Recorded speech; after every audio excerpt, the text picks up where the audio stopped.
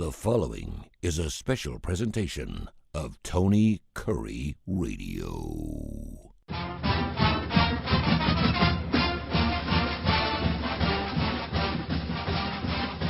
Tony Curry here along with my good friend Mark Ingram, the UAB Athletic Director. It's called the UAB Director's Chair. We check in and find out what's going on in the great world of UAB athletics every single week. Marcus, how you doing, brother? Everything good? Yeah, I'm excellent, man. How you doing today?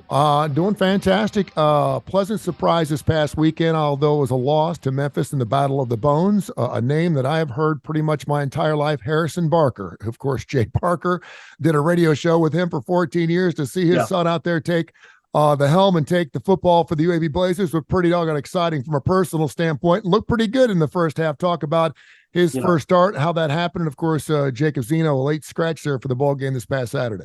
Yeah, and credit Coach Dilfer for protecting Jacob Zeno, who could have played, but he knew we were off this week, giving him a couple extra weeks to rest, given he had an injury at the end of the San Antonio game, but he's clear now. But he, like I said, he could have gone, but Coach Dilfer was just adamant about not putting him at any additional risk. And so, we played quarterback, got by committee a little bit the other day. We played three different quarterbacks, and really in some ways that kept Memphis off balance, not knowing, they hadn't prepared for any of those guys and hadn't prepared for what we might do. And we played them all a little bit differently. And Harrison, who threw that first touchdown, he did. He looked great, and he's a really smart football player. Does that surprise you to know that, given his dad's history? Probably not. So he's a really smart player, local guy, as you know, Spain Park kid. And I was thrilled to see he's a terrific young man, and did not play football at all last year. I mean, he had come to us, he had walked on our team. Then last year, told the staff he wanted to be a coach, and so he never suited up at all. And then when we hired Coach Dilfer, he wanted to come back and play and get back on the field. And so there he is. There he is. He's in the game, and he's playing and playing well. So really happy for him. And anyway, it was an interesting thing. And like I said, we played all three quarterbacks in a different way and kept them off balance. Bottom line is, I don't care who you're playing, you can't turn it over four times. You can't turn it over. I don't care who you're playing. You're going to play, Hiawassee High School. You can't turn it over four times. Yep, and they did, and obviously that showed in the second half of big time. UAB, of course, guys, has the bye week this week. Then they're back home against FAU, Navy on the road. Then, of course, Temple back at home, and then UNT to finish out the season. Obviously, not the season you were hoping for at 2-6 at this point. But I did want to bring something up, and I don't think people realize this is a really, really young football team. Just talk about a little bit about that. I mean, how many freshmen you got playing? Yeah, and it's just, it's amazing how young this football team is right now. Yeah, he's playing like 13 freshmen, and I think there's three others that are rotating in, and there's another one that I know that as of the end of the game the other day is going to start probably getting 25 snaps a game. So he's playing a lot of young guys. He got a lot like the majority of his quote veterans are redshirt sophomores. Yep. Now the defensive side has got a bunch of seniors, juniors or seniors that are in the mix. But otherwise, he's playing a lot of young guys. And Ted Feely is our media relations guy, and I asked him the other day, I wasn't sure he was trying to be funny, and he said, do you know that the opponents we've played have a record, the FBS opponents that we've played have a record that's 35-15 combined? Wow. And I said, no, I didn't know that. I said, is that supposed to be good? I don't know. Are you trying to make me feel better or worse? I don't know. And he's like, no, I'm just telling you, they're really good, whatever. But to say, is it the season we hope for? I mean, look, I'm hopeful that we go undefeated every year. So when we're not, I'm already disappointed. I'm not terribly surprised given, the challenge of the opponents that we've played so far. But I'm also incredibly optimistic because I've watched us improve every week and I know what we have ahead. So I'm not saying we're going to go undefeated, but I do know that we can. So, the first task obviously is beating Florida Atlantic. We gotta, buckle down and minimize mistakes, starting with turnovers. And if we minimize our mistakes, I know we can beat them. And just one at a time here. And if we could do that, we're bowl eligible again in a much tougher league and much tougher out of conference schedule too. And I would consider that a huge victory for us and really positive. So, one game at a time, right? Yep, absolutely. Info@TonyCurryRadio.net. Info@TonyCurryRadio.net. We have an email here from John in Homewood. We'll get to that in just a second. I did want to ask you about this situation in Michigan. They seem that they've been in trouble since this past summer. And Connor Stallions, who is a staffer, evidently bought tickets to, he bought 35 tickets to 17 different games at the end of the 2022-2023 season as Michigan went to the playoffs. And they're looking at some type of sign stealing situation with I wanted to get your thoughts on exactly that. With technology now, we can go back to the Houston Astros with banging the trash can lid. We can go back to people putting weights inside their wally fish and the walleye fishing scandal. I mean, there's been cheating, and they say if you ain't cheating, you ain't trying. Would you talk a little bit about that? Is that something that is you look at? What's the relevancy of that? To me as a fan, it doesn't seem like it's because everyone's got their phone up, everyone's videotaping everything at college football games. But to use that as far as in a steal signing situation, is it that big of a deal? Well, yeah, I think it is. And, integrity is important, and it's important as it relates to the game and everything that we do as it relates to all of our rules. And that's what we're designed for is to maintain the integrity of the game and follow the rules. It's not that complicated. You follow the rules, no matter what those rules are.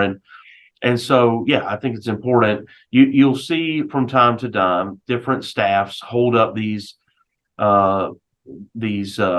large signs, or they look like cloth sheets between two sticks. They'll hold those up and block the signals from the press box. And so imagine if you were on the home team and the press box is on your side behind you, people holding up this curtain so no one in the press box can see down onto the field and see what signs you're calling. And that's because for whatever reason, they believe people have done it or have a tendency to do it, or it's been done to them by somebody before and they don't want it to happen again. And, so when you're watching that, that's what it is. They believe that whether they're right or not is maybe up for discussion, but they believe that somewhere along the past, somebody, either the team that they're playing against or has had a tendency to do that, or and I've had our coaches tell me that before in years past, that this team we think stole our set. There's no way they were in position. They knew it was a run or a pass. They didn't know necessarily what we were calling, but it was evident that they always had somebody in position when we were going to run or pass. And I also know, not to be critical, but coaches can be terribly paranoid, and they're sometimes correct in their belief of paranoia and their right to be paranoid, and sometimes they're just paranoid. Sometimes the other team's just better, right? That maybe the players are just better. Maybe they just had you figured out, because what we are doing legally is we were watching. We share video, but the video is just the game, so you don't see the sidelines. Sometimes there might be a quick flash of a sideline, right? Ball goes in the air, but usually you all you can see is what's contained on the field. And we are watching to say, what does Florida Atlantic run when it's 4th and short, 3rd and short? What do they run? What do they typically run 1st and long or 2nd if they're backed up? What we know their tendencies. Doesn't mean we know what they're going to do, but that's all permissible. Everybody's doing that. Yeah. It's really just about layering in this other piece that you're watching the sideline. And again, I'm not saying that's okay, but we're all kind of halfway there. But that's all based on your study of the game, not of the signals. And one of the things that I think is about to happen in the bowl season, we've been notified that it's permissible to start using some sort of device like you see in the NFL, the headset communication to the quarterback. So none of us have this technology. But if you're able to acquire the technology, step one is we're making it permissible as a test for the bowl season. Now, the other question is, if there are multiple technologies, do both teams have to use the same technology? Or what if one team says we're not doing it, or does one team get to do it if the other team says they're not going to do it? Yeah. So we hadn't figured any of that out. Yeah. But the Football Oversight Committee has said, hey, why don't we try this as a test? So some of that will be to avoid, issues like what you're asking about. So what is permissible? Because I know that in game, you can do video and things like that if you're actually playing a team, correct? And it's not considered steal signing, but or sign stealing. But what is permissible? Obviously, you scout other teams before you play them. What can you do to get an edge up or to push the envelope a little bit? You can simply watch the game and watch all the games that they have played, and through the course of the season, determine. When it's third and less than 3, these are all the plays that they have run. And you can just look and say, okay, out of the 30 opportunities, they ran between the tackles 20 of those, or they ran outside the tackles 20 of those, or they threw it more times than and it may not be an advantage at all. You might find, wow, they've run in 30 different plays, they've run 9 different things, and they're all different: half pass, half throw, half inside, half outside. And so, that's not really going to give you an advantage. But you can study their film and see what their tendencies are in certain, where they are on the field. At midfield, they more frequently do this. Do they go for it on 4th down? Yes or no? And then what do they do? UAB Director's Chair. He is the UAB Athletic Director, and Mark Ingerman joins us every single week right here on the TKR app. Of course, I get that TKR app like the 100,000 folks who have already done that. You can listen to the show at least 5 days a week. And of course, also watch us wherever you're watching your favorite YouTube videos, the YouTube channel, Tony Curry Radio. And of course, wherever you get your favorite podcasts, we're available on every major industry. We do have an email here, John in Homewood, info@tonycurryradio.net. Welcomes the inclusion to Army in 2024 into the AAC. But it's only Army's football team, not aware of what other sports Army's actually into. He wanted to know, as an athletic director, how do teams join other conferences with exclusive sports and not bring the rest of the sports with them? Yeah, well, most people don't. But Army has, I believe, 36 sports, and a number of which the American Conference does not sponsor. And remember, Army was independent, so they were already playing all their other sports in other conferences. So this decision with football and Army doesn't impact any of those other teams because Army wasn't in a league. Let's say if Army had already been in Conference USA and also had those other sports in CUSA, then Army would have had to figure out, is everybody staying in CUSA except for football? And then CUSA would have to say that they were willing to allow that. They don't have to let you stay. Yep. And so in this particular case, because football was independent, none of the other teams that are at Army are impacted by this decision. So that's how it's working for Army. Normally, you wouldn't see that. It's only these unique cases with the academies where, like Navy, for example, their football only in the American. And then Wichita State got picked up as a everything but football member into the American. Now, we could look to do that. There hasn't been any conversation about that. I don't know if we will. Somebody asked me, they saw something on Twitter yesterday that VCU, there had been some long conversation, or that's false. Now, will that maybe happen one day? I guess maybe, but we haven't talked about that at this point. So your guess is as good as mine as to whether we do or don't do that. And that'll be up to, all the presidents and ADs to discuss. And I would imagine we would discuss it, even just to say, do we want to go after someone, whether it's VCU or somebody from Idaho? I don't know. But yeah. Go to UABsports.com, UABsports.com for ticket information, everything's going on in UAB Athletic Directors. He is the man. Mark Ingram joins us right here on TKR for the UAB Directors Chair every single week. Let's talk a little music here. No classic rock, but I'm going to talk some Taylor Swift. Have you seen the new movie? I have not, but yeah, I mean, talk about success. Did Michael Jackson do this too? I'm trying to think, has anybody else done this? I mean, Prince actually did it. He actually had something that was done and didn't like it, and so he went ahead and redid it himself, and he edited the entire thing to make sure it looked just the way he wanted it to. Now, Taylor Swift didn't do that, and Beyonce also has. I don't remember that. A movie thing out as well. And my question was, and as a parent who obviously I'm not going to go see the Taylor Swift thing, but my 11-year-old's already seen it twice and she wants to see it again.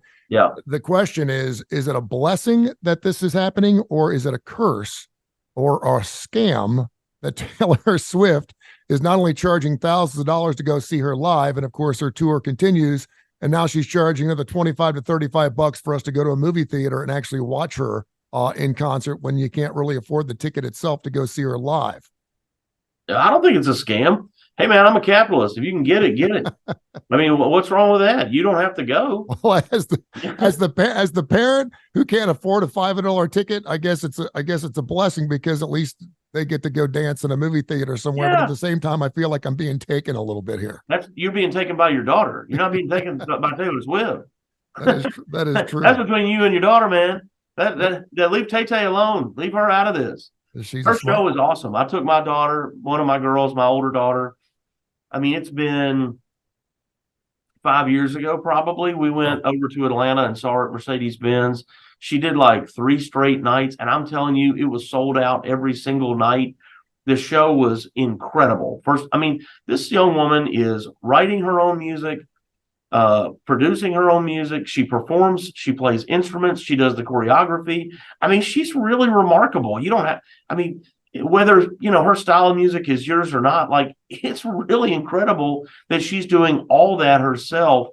And the show was fantastic. I mean, it was theatric and costume changes, wardrobe changes, different dances. She had 3 different stages. She flew across the arena from one end to the other on like a chariot thing to get to another stage. I mean, it was really awesome. And I don't know what the movie setup looks like, but the ability to go see her and still see her, I think it's pretty cool, and good for her if she can do it. I mean, just again, it tells you how wide her audience is, and tells you how popular she is to be able to do that. One of the things that I remember, people kind of make fun of Taylor Swift for this.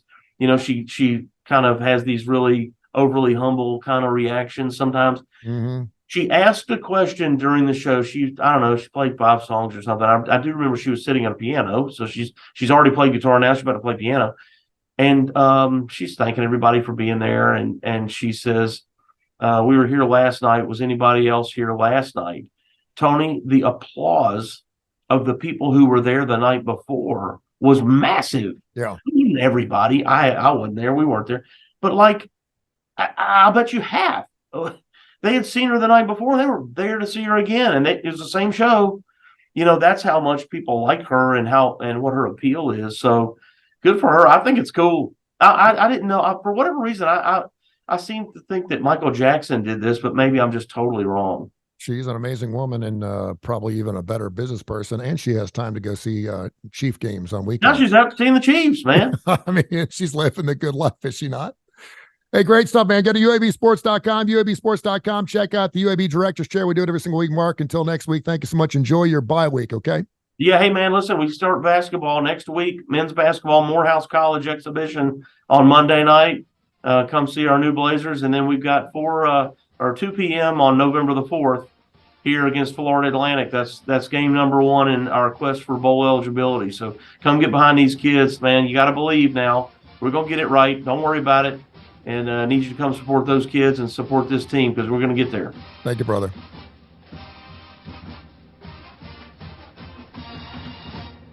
This has been a special presentation of Tony Curry Radio.